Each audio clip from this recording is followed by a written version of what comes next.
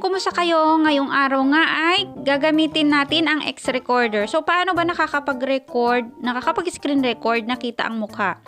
So, ngayon, pansamantala, ang gagamitin natin muna ay yung screen recording ng aking cellphone. So, dyan muna tayo para ipakita ko sa inyo ng buo, no? Ngayon, puntahan natin si Play Store muna. I-download natin ang X-Recorder. So, hanapin natin siya, si X-Recorder. Yan.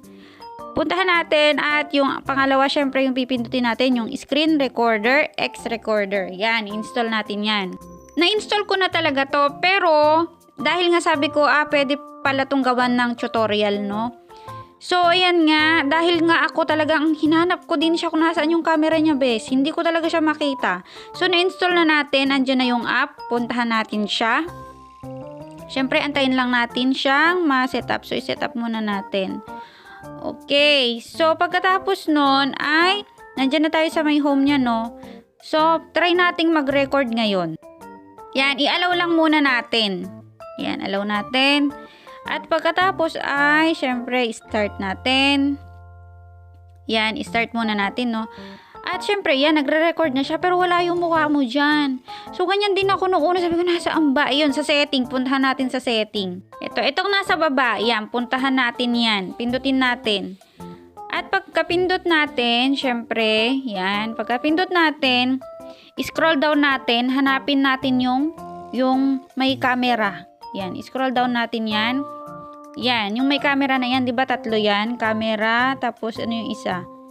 Yan, basta yung camera yung pinakauna.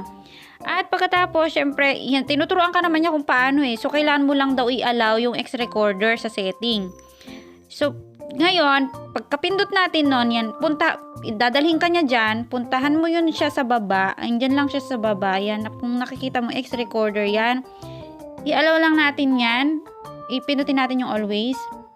At pagkatapos ay, natatawa lang ako. Alam nyo, paulit-ulit ka mo ko dito sa bandang to.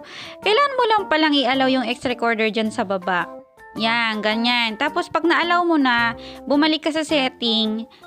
Pagkatapos, pindutin mo lang ulit yung camera. Yan, tapos kailangan mo lang yan buksan. O, ayan na siya. Yan na yun. Tapos, pwede mo na yung gamitin. Kung ayaw mo naman ng may camera, pindutin lang mo lang mismo yung sa may mukha mo. May X dyan. Yung tatanggalin mo yun, X mo lang yun. O nawawala na siya. Diba? Tapos, kung gusto mo ibalik, pindutin mo lang din ulit yung camera. So, ganun lang siya kadali, no? Yan, pwede ka na mag-record ng kung ano mang gusto mong i-record dyan. At, salamat sa panonood. Sana nasagot ko yung tanong mo kung meron man, no? Maraming salamat. Bye!